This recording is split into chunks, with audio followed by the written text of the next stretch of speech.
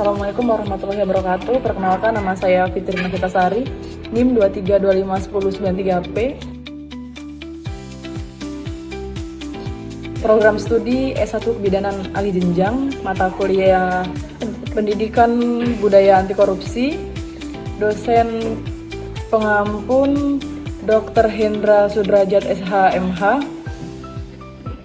Pada hari ini, Minggu, tanggal 10 bulan November tahun 2024, saya akan menjelaskan pencegahan dan pemberantasan korupsi menurut teori konstitusi Nusantara. Teori konstitusi Nusantara sebagai suatu teori yang baru yang ditemukan dari hasil riset pada tahun 2016 di Malang, Provinsi Jawa Timur oleh Dr. Hendra Sudrajat SH.MH sebagai peraih rekor muri Doktor Hukum Tata Negara termuda Indonesia dengan lulus Kumlaut tahun 2011 dan saat ini menjabat sebagai Direktur Dumantara Riset Institut dan Wakil Rektor 1 Universitas Kader Bangsa.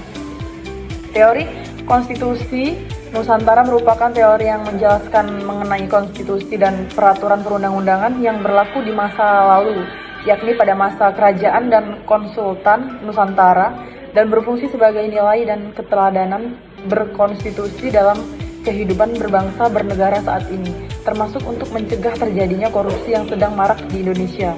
Dalam teori konstitusi Nusantara memiliki bahasan yang berhubungan dengan mata kuliah pendidikan budaya anti korupsi, karena salah satu pembahasannya memiliki hubungan dengan penegakan hukum dalam mencegah dan memberantas korupsi.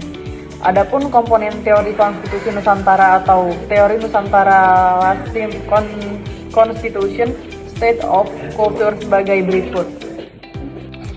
Yang pertama ada people's habit atau kebiasaan masyarakat. Pada masa kejayaan Nusantara, terdapat kehidupan masyarakat yang memiliki tradisi dan kebiasaan para pemimpin masyarakat di kala itu. Kebiasaan para pemimpin dan tokoh masyarakat sebagai suatu cerminan keteladanan dalam bermasyarakat. Keteladanan tersebut terlihat dalam perilaku dan tindakan yang diikuti oleh anggota kelompok masyarakat yang menjadi model terbentuknya suatu masyarakat. Sehingga di mana ada masyarakat di situ terdapat hukum. Dalam pencegahan korupsi perlu diawali dengan kebiasaan perilaku dan sikap yang baik. Seperti menjadi teladan dalam hidup dengan menjadi pelopor anti korupsi di kalangan mahasiswa dan masyarakat. Yang kedua ada living law atau hukum yang hidup. Keteladanan yang muncul dari kebiasaan baik para tokoh masyarakat, kemudian melahirkan hukum yang hidup, yang sebenarnya menciptakan hukum tidak tertulis dan hukum yang tertulis. Terdapat banyak hukum yang hidup dalam masyarakat, khususnya bagi masyarakat adat yang ada di Indonesia. Hukum yang hidup ini menjadi tradisi dan adat istiadat masyarakat Indonesia dan dijamin dalam konstitusi. Budaya malu untuk mengambil yang bukan hak miliknya. Sesungguhnya, bagian pendidikan anti korupsi yang memiliki daya tangkal yang efektif. Yang ketiga, power of king atau kekuatan pemimpin.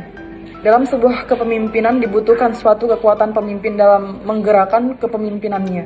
Sehingga dalam teori konstitusi Nusantara dijelaskan bahwa hukum yang hidup tadi menjadi kekuatan pemimpin untuk menjalankan kepemimpinan pemerintahannya.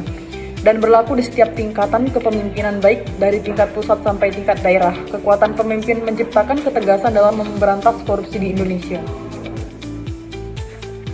Yang keempat, Royal Constitution atau konstitusi negara. Teori konstitusi Nusantara menjelaskan poin penting dari suatu konstitusi adalah materi muatan konstitusi. Sehingga konstitusi negara berfungsi untuk mengatur tatanan negara, termasuk untuk membatasi, mengawasi kekuasaan untuk tidak korup, mengatur distribusi kekuasaan negara agar tidak menjadi penyalahgunaan wewenang negara. Konstitusi negara terdiri dari konstitusi tertulis dan tidak tertulis, dapat bekerja maksimal untuk mencegah dan memberantas korupsi di Indonesia. Yang kelima, archipelago territory atau kewilayahan Nusantara atau kedaulatan negara. Teori konstitusi Nusantara memberikan penjelasan bahwa kedudukan kewilayahan Nusantara sangat penting. Penjelasan kewilayahan Nusantara sama artinya dengan kedudukan kedaulatan negara. Hal ini memberikan pemahaman secara umum bahwa negara terbentuk dari sebuah wilayah dan kedaulatan masing-masing. Di samping berasal dari rakyat dan pemerintah, sehingga kewilayahan posisi keilmuan penting untuk memperkuat posisi negara.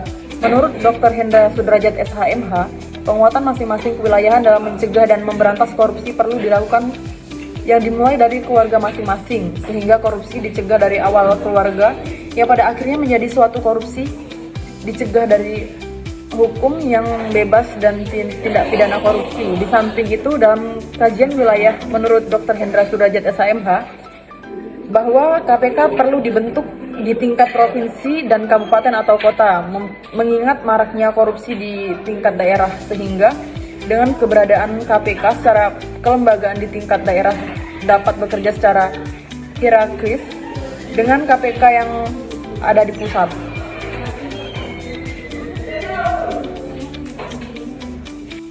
Yang keenam, kingdom struktur atau struktur negara. Kingdom struktur atau struktur negara dalam pembahasan teori konstitusi Nusantara merupakan struktur dan pembagian kekuasaan seperti kekuasaan legislatif, kekuasaan eksekutif, dan kekuasaan yudikatif. Struktur negara ini bekerja untuk memaksimalkan organ-organ negara dalam menjalankan kekuasaan pemerintahan negara.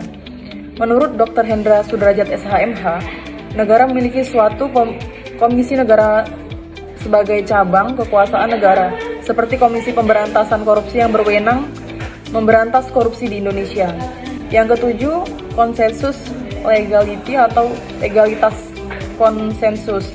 Teori konstitusi Nusantara menjelaskan bahwa konsensus legality atau legalitas konsensus merupakan kesepakatan antara pemimpin dan rakyat dalam suatu negara.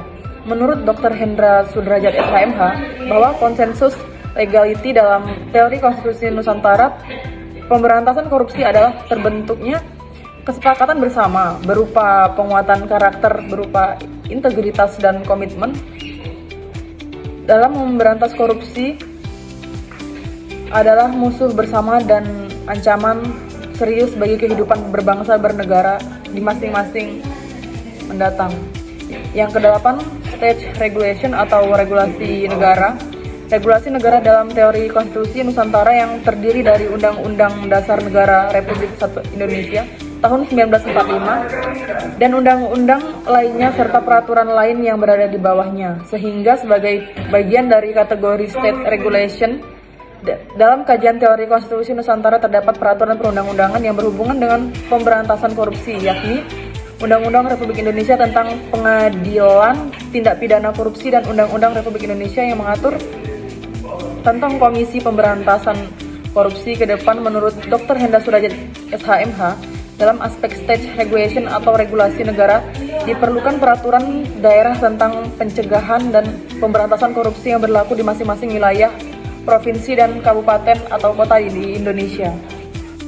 Yang terakhir, value transformation atau transformasi nilai.